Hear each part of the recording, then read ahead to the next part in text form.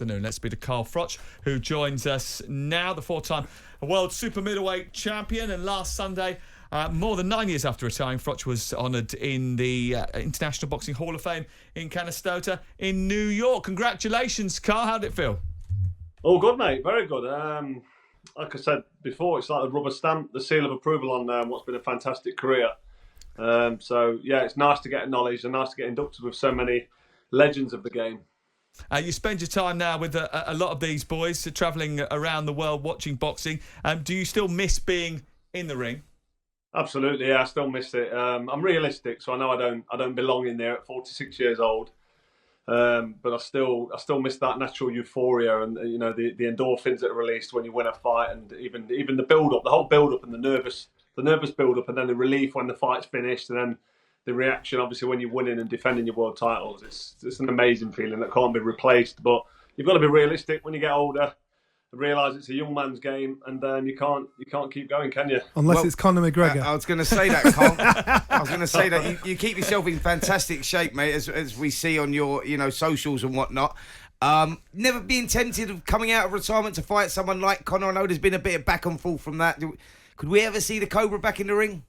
Listen, I've got too much respect for professional boxing to say that I could jump in there with anybody who's currently active in the professional ring. But somebody like Conor McGregor crossing over, or someone like a Jake Paul, I wouldn't consider that to be a proper boxing match. It just is what it is. It's an exhibition. So yeah, I would do that. If everything made sense and it built up well enough, then of course. I think a lot of people would. Any ex-professional would look and go, hang on a minute, this is an easy win. It's low risk, high reward. So why not? But realistically, none of these clowns are going to fight me, are they? Let's be honest. Cole, you saw that interview I done actually with Jake Paul, and your name was mentioned, and I think he went along the lines of that you was an old man and he'd fill you in somewhere like that. I think that's what he was saying. Is that Johnny Nelson sat there? Has he put you up to that? Now, listen, I've got a proper straight question, which is, 1, how would you like to be remembered? 2, your podcast with Simon comes out today. I don't think you'll reach my numbers because my numbers are bad with Simon. So I'm just saying. So how would you like to be remembered? Are you talking about the Froch on Fighting YouTube channel? Or are you talking about the one Simon Jordan does? Anyway, forget that plug. Listen, how would I like to be remembered? I'd like to be remembered as a guy that would fight absolutely anybody. I'd take on all comers. I swerved nobody. I fought 12 world title fights back to back against the best of the best. They was all queuing up, all these monsters, all these best fighters in the division. We're all queuing up to fight me. Fight after fight after fight. Jean Pascal, Andre Ward, Mikel Kessler twice, Lucien Butte, the unbeaten Canadian. Then George Groves came out of the woodwork and I boxed him twice. Arthur Abraham, the CV speaks for itself. So I'd like to be remembered for somebody who would fight anybody and always turned up and put a show on. I was always fit. Every time I stepped through them ropes, I was always super fit. I was a consummate professional. So I got in there fit and strong and always tried to win. And there's no quitting me either. So you was guaranteed a good night and a good night's entertainment when you saw me fight. I think the CV does speak for itself, Carl. And I think the fight that you'd be remembered from me was when you boxed Jermaine Taylor, when you went over to America, your first defence, put it on the line against a guy that was considered the best pound-for-pound fighter, beat Bernard Hopkins at the time as well, and you just stuck to your guns and you ended up taking him out in that 12th round. And I think for me, that was one of your most memorable victories. You've got some great victories along the way, and you'll go down, mate, as one of Britain's finest ever boxers in any weight division. I think, you always put it on the line, took on all comers, so respect to you there, mate. The only thing I'm disappointed in is this Jake Paul situation. What are you disappointed for? You wanted to see me off. He wanted to go. Yeah, absolutely. Which one do you feel was your biggest achievement at that level, at world level, or at any level as a professional fighter? Well, to be honest, my first win my first world title win was Jean Pascal in 2008, and that was a great win. Jean Pascal lost to me, then went on to win the light heavyweight title. I mean, he beat Bad Chad Dawson, one of the most feared men at the light heavyweight division. He beat Adrian D'Cunha, then he beat Chad Dawson. So that win for me at the time was underrated because it was a vacant title that Joe Calzaghe vacated. But it showed how good the win was when Pascal went on to become light heavyweight unified champion. But the Jermaine Taylor first defence, which Spencer just reminded us of then, that was my first world title defence over on US soil. fighting someone like Jermaine Taylor, the former undisputed unified middleweight king. He fought Hopkins twice, beat Hopkins, he was Olympian.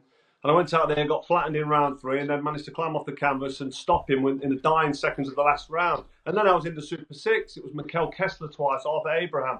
Then after Andre Ward, Andre Durrell, nightmare fighters, proper skillful Olympic champions. I didn't win them all, but I lost to Kessler, got him in the rematch. That was a great fight at the O2, 20,000. Not quite the 80,000 at Wembley when I chinned Rose. I've never heard that one. Well, there's so many great fights, but the memorable one for me, to answer your question, was probably going to be the Lucian Butte fight. There you go. That's home in Nottingham, and there was a lot of pressure because I just lost to Andre Ward. And that was my first fight back on UK soil in a real pressure fight against somebody who nobody thought I could beat, awkward southpaw, unbeaten, knocking everybody over. And I just went out there with a tunnel vision, one track mind, and absolutely destroyed him. So for me, that's probably the most memorable. But there's some wicked ones in there. I can remember working for Sky, and Glenn McCroy was the one person that said you'd knock him out in that one. How are you and Rob? You two still tight? Rob McCracken? Yeah, me and Rob are sweet. We've just got back from Canastota to get this Hall of Fame award, induction. So yeah, me and Rob are in good shape. Always have been. I've got too much respect for Rob to ever think about even, like, when he rings me, no matter what I'm doing, everything gets dropped. I pick the phone up. You know, it's that kind of respect. Would that be why you're really sticking it to Anthony Joshua every time you get the chance doing an interview? Listen, you know, or is it? Are you guys friends and it's just like you can do it, but nobody else Does can? he follow you on Twitter? AJ saw me at the last fight and we had a little chat, and he just knows I'm just as honest as I need to be. I'm just honest, and you know, if somebody asked me a question about who do you think wins, Deontay Wilder, Anthony Joshua, at the minute on AJ's performances, like his performance against Franklin, I think Deontay Wilder knocks him out. But You've been roasting him, man, and every time I've heard something, so I'm thinking you two must really know each other well. Listen, if AJ can put in a good performance against a credible opponent, and I think he needs to be fighting at world level.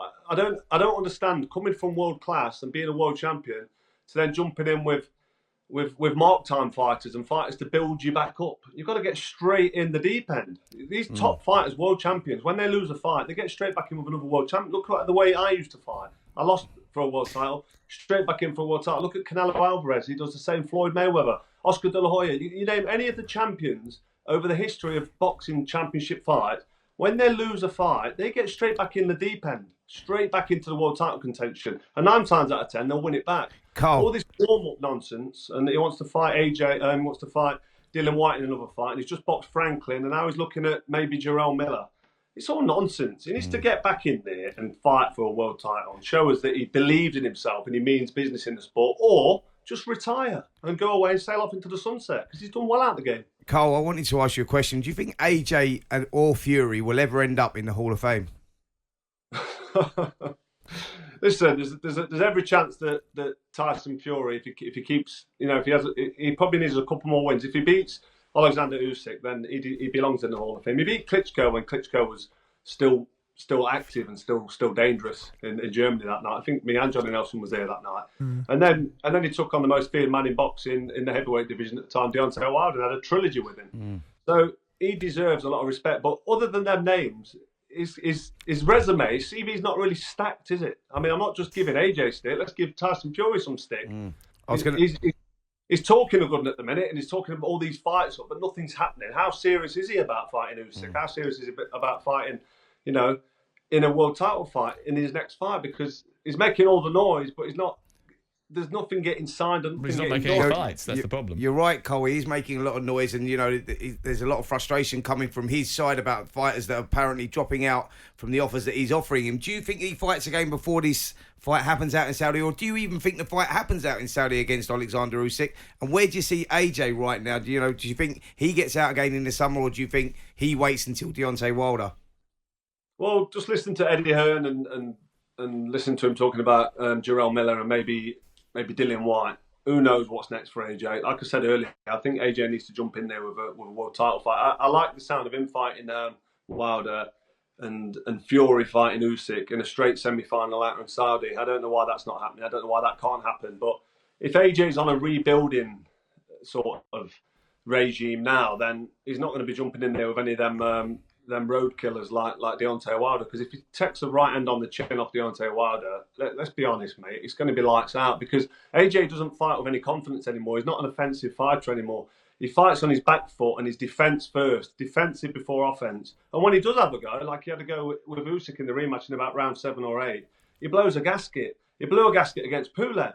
And I think the only reason he got the stoppage against Pulev is because Pulev fell over because he was so old. That fight against Pulev. when he got back at it, what's his standout performance? His standout performance is probably coming off the canvas against Klitschko. Is this just coming to a slagging off AJ match now? Let me ask you this question. Let me ask you this question, because we have talked a lot about AJ, but what do you make about Tyson Fury and the way he's behaved and the way he sort of tries to sort of entice everybody into the prospect of this fight or that fight and then never delivers? Do you think that damages his legacy? Yeah, it's getting frustrating now. It's getting annoying listening to Tyson Fury, because we all want to see Tyson Fury fight. We all want to see him in there with the best of the best. And I'm not so sure how serious he is now about fighting. He looks heavy when he's in the ring. He's got this excess weight around his stomach and his love handles. He's always had that. But as you get older, it gets even harder to shift the weight. And if he gets too out of shape and he's out of the ring for too long, then you get past the point of no return, and all of a sudden he's going to find himself in a hard fight against somebody who's bang average. So I don't know. He's in a position now where he needs to fight pretty soon, but I don't know who's going to fight him. Who's going to actually, realistically? I think Usyk will jump in with Tyson Fury in his next fight, definitely. In your opinion, who wins that, Cole? I think Fury would be too big for Usyk, but it's got to be an on-point Fury. It's got to be a Fury that's 100% on his game and fit for 12 rounds. And I don't know, his last couple of fights, even against Dillian Whyte, I know he chinned Dillian Whyte with that uppercut, but that was a slow, sluggish performance, and there was nothing happening. He was hanging on, he was getting through, and then all of a sudden he landed that uppercut and got him out of there, because that's what he's capable of doing. But against Usyk, he's going to have to be fit for 12 rounds, because if Usyk decides to stay out of range and box and not engage and just jab his stomach and jab his arm and jab his chest and then take what he can when he's in range, when Fury backs him up, that could be a 12-round disaster for Tyson Fury. So I'm not so sure he jumped straight in with him, and that may be the reason why he priced himself out of it, because I think he did price himself out. That 70-30 offer was a bit of an insult. Usyk took the offer and then the fight never happened. So what went wrong there? Cole, thank you very much. We appreciate it. Congratulations on being inducted into the Boxing Hall of Fame, and thank you very much for coming on to the programme today. We appreciate it. Brilliant set behind him with all the belts behind the back of his head. It looks fantastic, doesn't it? It's not bad. I suppose if you've got it, you've got to flaunt it. Absolutely, and Carl is so self-effacing as well. He hides his light up behind a bushel, doesn't he? Right, and the IOC, is it going to pull the plug on boxing at the Olympics? Jim White and Simon Jordan. Monday to Friday mornings from 10 on AM, on DAB, via the talkSPORT app and on your smart speaker. talkSPORT.